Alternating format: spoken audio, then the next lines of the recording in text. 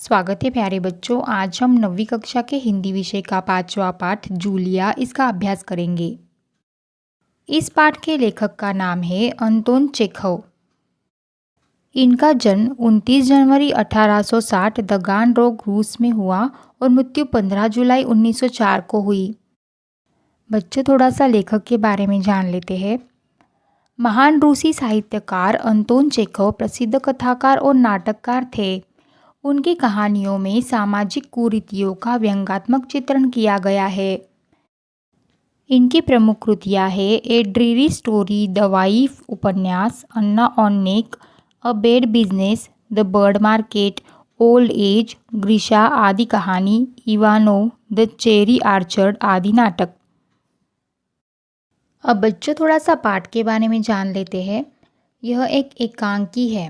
इसका आकार छोटा होने के कारण इसमें एक ही कथा होती है।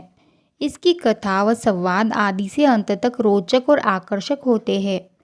प्रस्तुत एकांकी में रचनाकार ने दब्बूपन को त्याग कर अपने अधिकार न्याय के लिए सजग रहने हेतु प्रेरित किया है। कुछ ऐसे भले लोग होते हैं जो भलमनसाहत में अपने साथ होने वाले अन्यायों और जातियों को बर्दाश्त कर लेते हैं, पर उनका विरोध करने की हिम्मत वे नहीं जुटा पाते। प्रस्तुत एकांकी की पात्र जूलिया ऐसी ही एक दब्बू और भीरू महिला है जो अन्याय सहकर भी खामोश रहती है। जिस व्यक्ति के बच्चों को वह पढ़ाती और उनकी देखभाल करती है, वह व्यक्ति उसे सबक सिखाने के लिए उसके साथ अन्याय करने का नाटक करता है। इस तरह वह जूलिया की आंखें खोलता है कि इस कठोर, निर्मम, क्रूर और हृदयहीन संसार में दब्बू और रीढ़ रहित लोगों के लिए कोई स्थान नहीं है। उसे अपने आप को बचाए रखने के लिए निर्भीक होना पड़ेगा। तो चलो बच्चों, पाठ की शुरुआत करते हैं। बच्चों, आपको पता ही होगा कि जो लोग नौकरी पेशा होते हैं वह अपने बच्चों को घर पर नहीं संभाल सकते, इसीलिए वह अपने बच्चों को शिशु पालन केंद्र में रखते हैं और वहाँ पर बच्चों की देखभाल करने के लिए एक गवर्नेस यानी कि सेविका होती है और वही बच्चों की दिन भर देखभाल करती है। ठीक ऐसा ही इस एकांकी में बताया गया है। वहाँ पर जो काम करने वाली सेविका होती है उसका नाम होता है जूलिया और वहाँ का एक गृह स्वामी यानी कि मालिक भी होता है। इस पाठ में हम दोनों में होने वाली बातचीत का विवरण देखेंगे। बच्चों की गवर्नेस जूलिया वासिलदेवना आती है। जूलिया दबे स्वर में अपने गृहस्वामी से कहती है, आपने मुझे बुलाया था मालिक? गृहस्वामी कहता है, हाँ हाँ, बैठ जाओ जूलिया, खड़ी मत रहो। जूलिया बैठती हुई, शुक्रिया। गृहस्वामी कहता है, जूलिया, मैं तुम्हारे तनख्वाह का हिसाब करना चाहता हूँ। मेरे ख्याल से तुम्हें पैसों की ज़रूरत होगी और जितना मैं तुम्हें जान सका हूँ, मुझे लगता है कि तुम अपने आप पैसे भी नहीं मांगोगी। इसीलिए मैं खुद ही तुम्हें पैसे देना चाहता हूँ। हाँ, तो तुम्हारी तनख्वाह 30 रूबल महीना तय हुई थी ना? जूलिया विनीत स्वर में कहती है, जी नहीं मालिक, 40 रूबल। तो बच्चों, यहाँ पर तनख्वाह यानी कि वेतन जो महीना ख़त्म होने के बाद दिया जाता है, और रूबल यानी कि रूसी मुद्रा। हमारे यहाँ पर जैसे रुपए होते हैं, वहाँ पर रूबल यानी कि रूस की जो मुद्रा है उसे कहते हैं रूबल। गृहस्वामी कहता है, नहीं भाई, 30। ये देखो डायरी, पन्ने पलटते हुए, मैंने इसमें नोट कर रखा है। मैं बच्चों की देखभाल और उन्हें पढ़ाने वाली हर गवर्नेस को 30 रूबल महीना ही देता हूँ। तुमसे पहले जो गवर्नेस थी उसे भी मैं 30 रूबल ही देता था। अच्छा, तो तुम्हें हमारे यहाँ काम करते हुए 2 महीने हुए हैं। जूलिया दबे स्वर में कहती है, जी नहीं, 2 महीने 5 दिन। गृहस्वामी कहता है, क्या कह रही हो जूलिया? ठीक 2 महीने हुए हैं भाई, मैंने डायरी में सब नोट कर रखा है। हाँ, तो 2 महीने के बनते हैं 60 रूबल। लेकिन 60 रूबल तभी बनते हैं जब महीने में तुमने एक दिन भी छुट्टी न ली हो। तुमने इतवार को छुट्टी मनाई है। उस दिन तुमने कोई काम नहीं किया, सिर्फ कोल्या को घुमाने के लिए ले गई हो। और ये तो तुम भी मानोगी कि बच्चे को घुमाने के लिए ले जाना कोई काम नहीं होता। इसके अलावा तुमने 3 छुट्टियाँ और ली है, ठीक है ना? जूलिया दबे स्वर में कहती है, जी आप कह रहे हैं तो ठीक, और रुक जाती है। गृहस्वामी कहता है, अरे भाई मैं क्या गलत कह रहा हूँ? हाँ तो 9 इतवार और 3 छुट्टियाँ यानी 12 दिन तुमने काम नहीं किया, यानी तुम्हारे 12 रूबल कट गए। उधर कोल्या 4 दिन बीमार रहा और तुमने सिर्फ वान्या को ही पढ़ाया। पिछले हफ्ते शायद 3 दिन दांतों में दर्द रहा था और मेरी पत्नी ने तुम्हें दोपहर बाद छुट्टी दे दी थी। तो 12 और 7 19, 19 नागे। हाँ तो भाई घटाओ, 60 में से 19 कितने रहते हैं? 41 रूबल, ठीक है। जूलिया रुआसी हो जाती है, रोते स्वर में कहती है, जी हाँ। गृहस्वामी डायरी के पन्ने उलटते हुए, हाँ याद आया, 1 जनवरी को तुमने चाय की प्लेट और प्याली तोड़ी थी। प्याली बहुत कीमती थी, मगर मेरे भाग्य में तो हमेशा नुकसान उठाना ही बदा है। मैंने जिसका भला करना चाहा उसने मुझे नुकसान पहुंचाने में कोई कसर नहीं छोड़ी है। खैर मेरा भाग्य। हाँ तो मैं प्याली के 2 रूबल ही काटूंगा। अब देखो, उस दिन तुमने ध्यान नहीं दिया और वहाँ किसी टहनी की खरोच लगने से बच्चे की जैकेट फट गई, 10 रूबल उसके गए। इसी तरह तुम्हारी लापरवाही की वजह से घर की सफाई करने वाली नौकरानी मारिया ने वान्या के नए जूते चुरा लिए। गृहस्वामी रुककर कहता है, तुम मेरी बात सुन भी रही हो या नहीं? जूलिया मुश्किल से अपनी रुलाई रोकते हुए कहती है, जी सुन रही हूँ। गृहस्वामी कहता है, हाँ ठीक है। अब देखो भाई, तुम्हारा काम बच्चों को पढ़ाना और उनकी देखभाल करना है। तुम्हें इसी के पैसे मिलते हैं।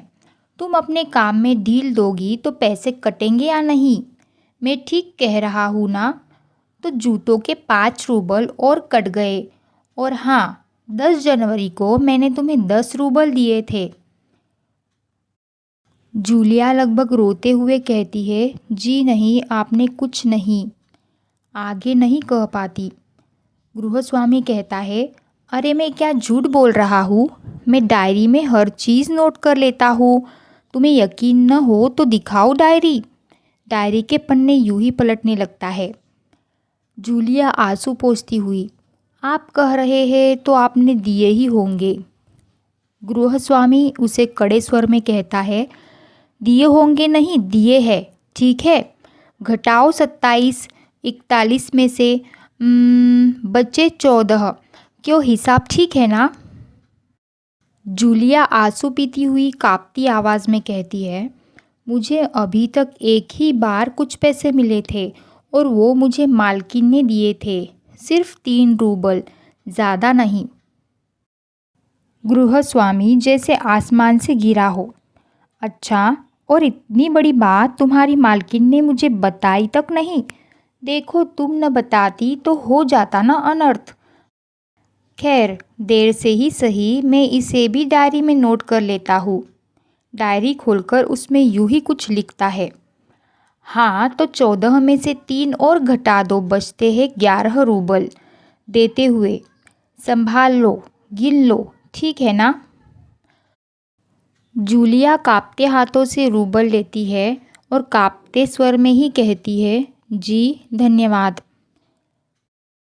गृहस्वामी यह सुनकर अपना गुस्सा नहीं संभाल पाता।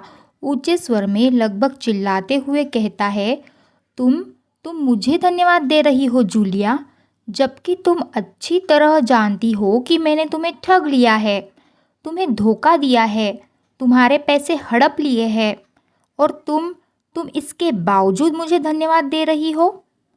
गुस्से में आवाज़ कांपने लगती है। जूलिया कहती है, जी हाँ मालिक।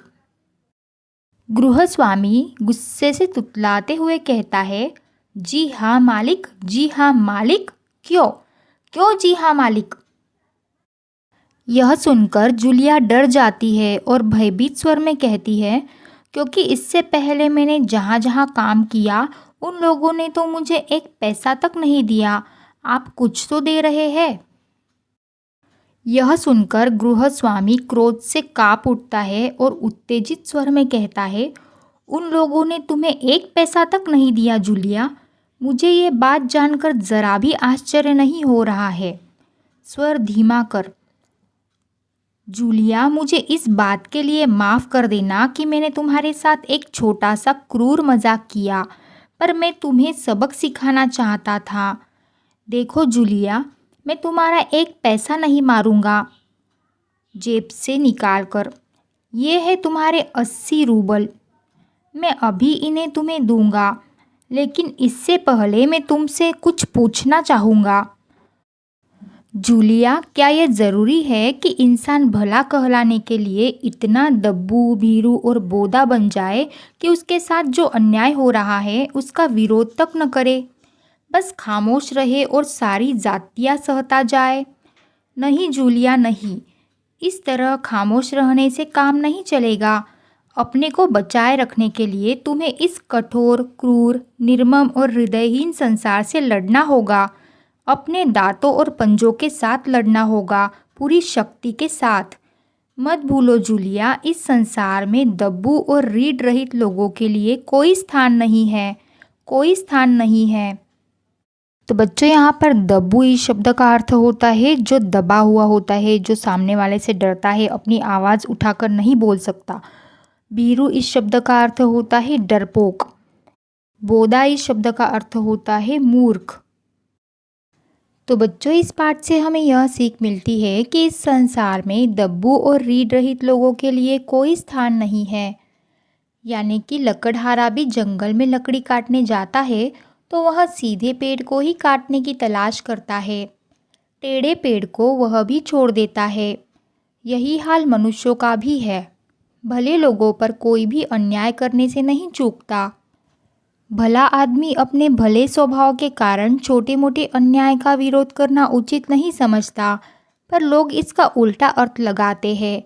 इस तरह के व्यक्ति को लोग दब्बू और बिना रीढ़ का समझने लगते हैं और उन्हें ऐसे लोगों के साथ अन्याय करने में झिझक नहीं होती। यह बात भले लोगों को समझने की ज़रूरत है।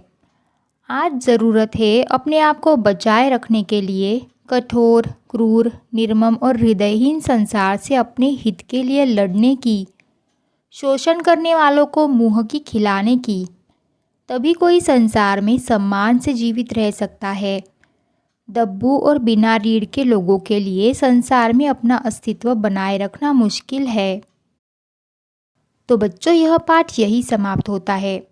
यह वीडियो देखने के लिए सभी का बहुत बहुत धन्यवाद। अगर यह वीडियो आपको हेल्पफुल लगी तो इस चैनल को ज़रूर सब्सक्राइब करें और नए वीडियोस की नोटिफिकेशन पाने के लिए साथ में जो बेल आइकॉन दिया है उसे प्रेस करना ना भूलें।